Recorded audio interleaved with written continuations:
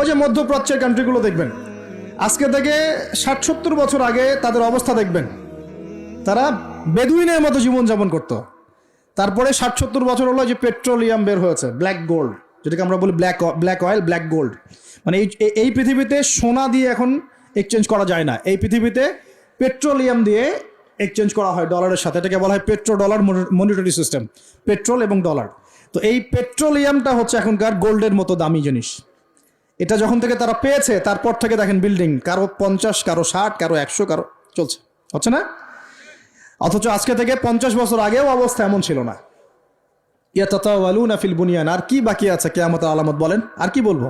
এই দুটোর মধ্যেই সব পড়ে যাবে। এবার এই ব্যক্তি উঠলেন, কোন ব্যক্তি? ওই যে জিবরাইল আলাইহিস সালাম এবার উঠে চলে যাচ্ছেন, আর সবাই চুপচাপ বসে আছেন। মানে অনেক সময় হয় না, খুব চুপ করে সব বসে থাকে, সাইলেন্স, পিন ড্রপ সাইলেন্স। এবার নবী সাল্লাল্লাহু আলাইহি ওয়াসাল্লাম নিজে বলছেন, ইয়া ওমর, হে ওমর, আতাদরি মানিস সাইল, তুমি কি জানো এই ব্যক্তিকে যে প্রশ্ন করলো, কে চলে গেল প্রশ্ন করে? তখন নবীজিকে ওমর রাদিয়াল্লাহু আনহু বলছেন, আল্লাহু ওয়া রাসূলুহু আ'লাম, আল্লাহ এবং তার রাসূলই ভালো জানেন এই ব্যক্তিকে। নবীজি বলছেন, ইন্নাহু জিবরিল, এই ব্যক্তি হচ্ছে জিবরাইল আলাইহিস সালাম। বলেন সুবহানাল্লাহ। আতাকুম ইউআল্লিমুকুম দীনাকুম, তিনি এসেছিলেন তোমাদেরকে তোমাদের দিন ইসলাম শেখাতে। তিনি এসেছিলেন তোমাদেরকে তোমাদের দিন শেখাতে। কেন আসছেন তাহলে? দিন শেখাতে। তাহলে দিনের প্রশ্ন কয়টা বের হলো? ইসলাম কাকে বলে, ঈমান কাকে বলে, ইহসান কাকে বলে, কিয়ামত কবে হবে। তাহলে দিনের পড়াশোনার মধ্যে কিয়ামতের আলামতগুলো পড়তে হবে না? এটা 25% হলো না? নবীজি বলে দিলেন আমি তো জানি না কবে কিয়ামত হবে, আবার প্রশ্ন করলেন তাহলে আলামত বলেন। কেন? কারণ সচেতনতা। এখান থেকে আমাদের টপিক কোনটা? এই যে মুমিন পেয়েছেন, মুমিনের সংজ্ঞা কয়টা পিলারে বিশ্বাস করতে হবে? পিলারগুলো বলেন। আল্লাহ বিশ্বাস 1, 2 নম্বর ফেরেশতা মণ্ডলীতে বিশ্বাস, 3 নম্বর আসমানি কিতাব সমূহে বিশ্বাস, 4 নম্বর নবী রাসূলগণে বিশ্বাস, 5 পরকালের জীবনে বিশ্বাস, আর 6 তাকদীর ভাগ্যের ভালো মন্দে বিশ্বাস। এই 6টা কি গায়েব কি না? এখন একটু বোঝেন বর্তমান বিশ্বের সাথে আমাদের সংঘর্ষ কোথায়, একটু বোঝেন। এবার আমরা ইমানদার হতে হলে এই 6টা বিষয় বিশ্বাস করতেই হবে, না হলে কেউ মুমিন হতে পারবে না। আর এই 6টা বিষয় কি চোখে দেখা যায়, স্পর্শ করা যায়, পরীক্ষাগারে পরীক্ষা করা যায়, কোনো যুক্তি বিজ্ঞান দর্শন দিয়ে কোনো সিদ্ধান্তে আসা যায়? যায় না। আমরা এগুলো বিশ্বাস করি আল্লাহর ওহীর জ্ঞানের আলোকে। কিসের আলোকে? আল্লাহ পাক বলেছেন, রাসূল বলেছেন, বাস বিশ্বাস করি। এখানে আমরা কোনো যুক্তি বিজ্ঞান দর্শনের ধারি না, দাঁড়িয়ে।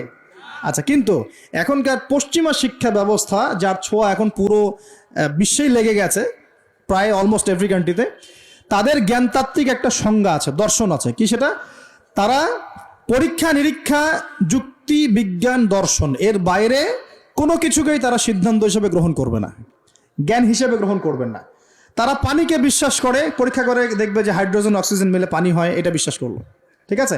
তারা কঠিন তরল বায়বীয় পদার্থে বিশ্বাস করে, তারা চাঁদে বিশ্বাস করে, তারা মঙ্গল গ্রহে বিশ্বাস করে, ইত্যাদি ইত্যাদি। কিন্তু তারা এই চাঁদ, মঙ্গল গ্রহ, মহাবিশ্বের স্রষ্টাকে বিশ্বাস করে না, কারণ তাকে দেখা যায় না। আমি কি বোঝাতে পারছি পার্থক্য কোন জায়গায়? তারা এটা বিশ্বাস করে যে হ্যাঁ, বিগ ব্যাং, মহাজুম করে একটা বিস্ফোরণ হলো আর মহাবিশ্ব সৃষ্টি হয়ে গেল, এটা ওরা বিশ্বাস করে। এই বিস্ফোরণ যে আল্লাহ পাক ঘটিয়েছেন এটাতে বিশ্বাস করবে না। বুঝতে পারছেন না মনে হয়? তারা বিশ্বাস করে যে হ্যাঁ, এই যে পানি খাচ্ছি, পানি একটা জিনিস, তরল পদার্থ খাচ্ছি, কিন্তু এই পানি যে কেউ সৃষ্টি করেছেন এটাতে তারা বিশ্বাস করবে না। তারা মনে করে হাইড্রোজেন অক্সিজেন মিলে পানি হয়, কে সৃষ্টি করলো সেটাতে নিয়ে বিশ্বাস করবে না। এটাকে আমরা ফিলোসফির ভাষায় বলি এপিস্টিমোলজি। কি বলি? খুব কঠিন শব্দ। এপিস্টিমোলজি মানে হলো জ্ঞান তত্ত্ব। কি তত্ত্ব?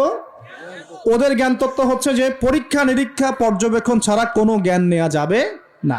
কিন্তু আমরা দেখি আল্লাহকে আমরা পরীক্ষাগারে পরীক্ষা করতে পারবো, ফেরেশতাকে পারবো, জিন জাতি, আমাদের আত্মা, রূহ, কবরের আযাব, জান্নাত জাহান্নাম। হ্যাঁ, ওই যে কবরের ফেরেশতা আসবে, প্রশ্নোত্তর। হ্যাঁ, ওই যে কিয়ামতের মাঠে সূর্য নেমে আসবে, ঘামবে মানুষ। হ্যাঁ, তারপরে যে আগের নবী রাসূলগণ, আগের আসমানি কিতাব, তাকদীর ভাগ্য, আগামীকাল কি হবে, এগুলোকে পরীক্ষাগারে প্রমাণ করতে পারবেন। এই কারণেই তারা আমাদের এই ধর্মীয় কনসেপ্টে বিশ্বাস করে না। আমি কি বুঝতে পারছি কেন বিশ্বাস করে না? ওদের সাথে আমাদের জ্ঞানতাত্ত্বিক আদর্শের দর্শনে পার্থক্য আছে। এখন এই কারণেই তারা যেহেতু স্রষ্টায় বিশ্বাস করে না, এখন মানুষের সৃষ্টি তত্ত্ব দিতে হবে, একটা দিতে হবে না? কেমন করে মানুষ সৃষ্টি হলো, কোত্থেকে আসলো, কেমন ছিল আমাদের আদিম পুরুষরা, দিতে হবে কিনা? এই কারণে বিভিন্ন মতবাদ তারা দিয়েছে, এই অ্যামিবা থেকে, ওই কোষ থেকে, অমুক থেকে, তমুক থেকে, এর মধ্যে একটা দিয়েছে ওই যে বিবর্তন থেকে, দেখেন নাই? আচ্ছা, এগুলো এমনি এমনি না, কারণ ওদের দর্শনটা চাপিয়ে দেওয়ার জোরপূর্বক চেষ্টা করা হচ্ছে এখানে, আর কিছু না।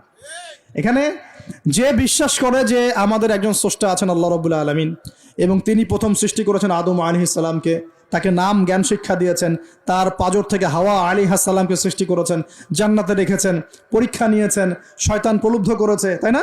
তারপর আমরা দুনিয়াতে চলে এসেছি, আমরা এসেছি জান্নাত থেকে পৃথিবীতে, এবং আমাদের পিতা, আদি পিতা আদম আলাইহিস সালাম।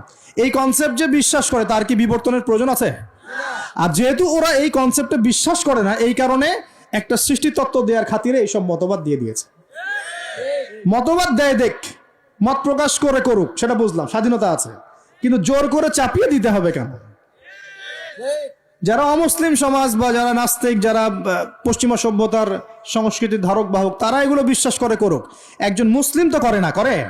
মুসলিম সমাজের মানুষ কি করে? তাহলে মুসলিম সমাজের মানুষকে এগুলো পড়াতে হবে কেন?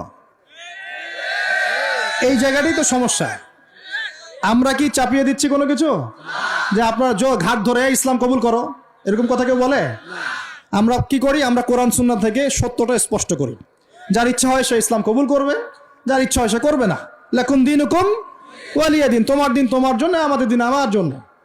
তোমরা যদি কোরআন সুন্নাহ মেনে নাও, আত্মসমর্পণ করো, ইনশাআল্লাহ তোমরা জান্নাতে যাবে, ইনশাআল্লাহ তোমরা আমাদের ভাই হয়ে যাবে। যদি না করো, তোমাদের কবর তোমাদের, তোমাদের তোমাদের পরকাল তোমাদের, এগুলোর সাথে আমাদের কোনো সম্পর্ক আছে?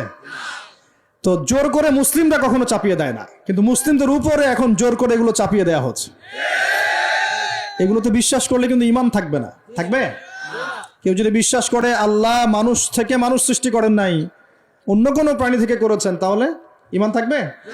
কোরআনে শত শত আয়াত আছে, ওয়াল্লামা আদামাল আসমাআ কুল্লাহা, আমি আদমকে সমস্ত নাম শিক্ষা দিয়েছি। ওয়াইজ ক্বালা রাব্বুকা লিল মালায়েকা ইন্নী জাঈলুন ফিল আরদি খলিফা, আমি, স্মরণ করো হে নবী সে সময়ের কথা, আমি ফেরেশতাদেরকে বললাম যে আমি পৃথিবীতে আমার খলিফা পাঠাবো। আমরা হচ্ছে এই দুনিয়া আল্লাহর খলিফা, সুবহানাল্লাহ। আমরা হচ্ছে এই দুনিয়াতে কার খলিফা? আল্লাহর খলিফা। আমরা এই দুনিয়ার অধিবাসী নই, আমরা জান্নাত থেকে এখানে এসেছি। আমরা জান্নাতে ছিলাম, কেন চলে আসলাম? শয়তান ওই যে আমাদেরকে প্রলুব্ধ করেছিল।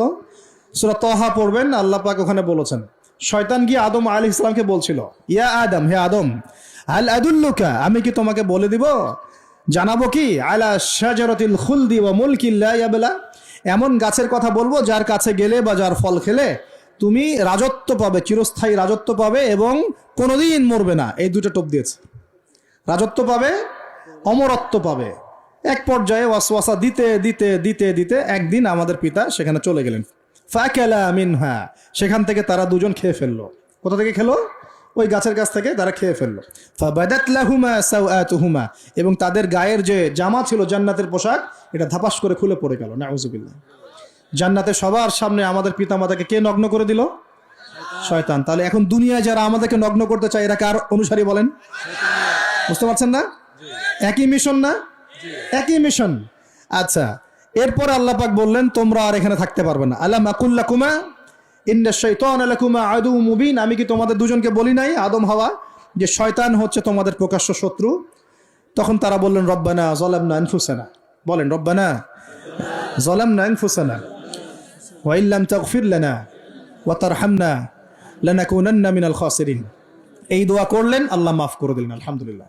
কিন্তু দুনিয়া আর জান্নাতে থাকা হলো না। কুল নাহবিতু মিনহা জামিআ, আল্লাহ বলছেন আমি বললাম তোমরা সবাই নেমে যাও। কোথায় নেমে যাও? পৃথিবীতে নেমে যাও। তার মানে পৃথিবী আগে ছিল না পরে সৃষ্টি করা হয়েছে? পৃথিবী আগেই ছিল। পৃথিবী কি আগে থেকেই ছিল। কুল নাহবিতু মিনহা জামিআ ফাইম্মা ইয়াতিয়ান্নাকুম মিন্নি হুদান, তোমরা নেমে যাও পৃথিবীতে একসাথে, আর তোমাদের কাছে আমার পক্ষ থেকে প্রত্যেক যুগে যুগে হেদায়েত আসবে। কি আসবে? এই যে তাওরাত হেদায়েত ছিল না? তাওরাত, জাবুর, ইনজিল সব হেদায়েত ছিল। ঠিক ওই সিলসিলাতেই এসেছে কি? আল কোরআন।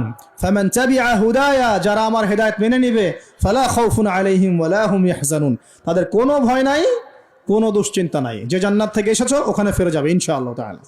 আমরা এসেছি পৃথিবীতে জান্নাত থেকে, এখানে পরীক্ষা দিচ্ছি, উদ্দেশ্য আবার সেই জান্নাতেই ফিরে যাওয়া। আমরা এখানে থাকতে আসি নাই তো, থাকতে আসছি?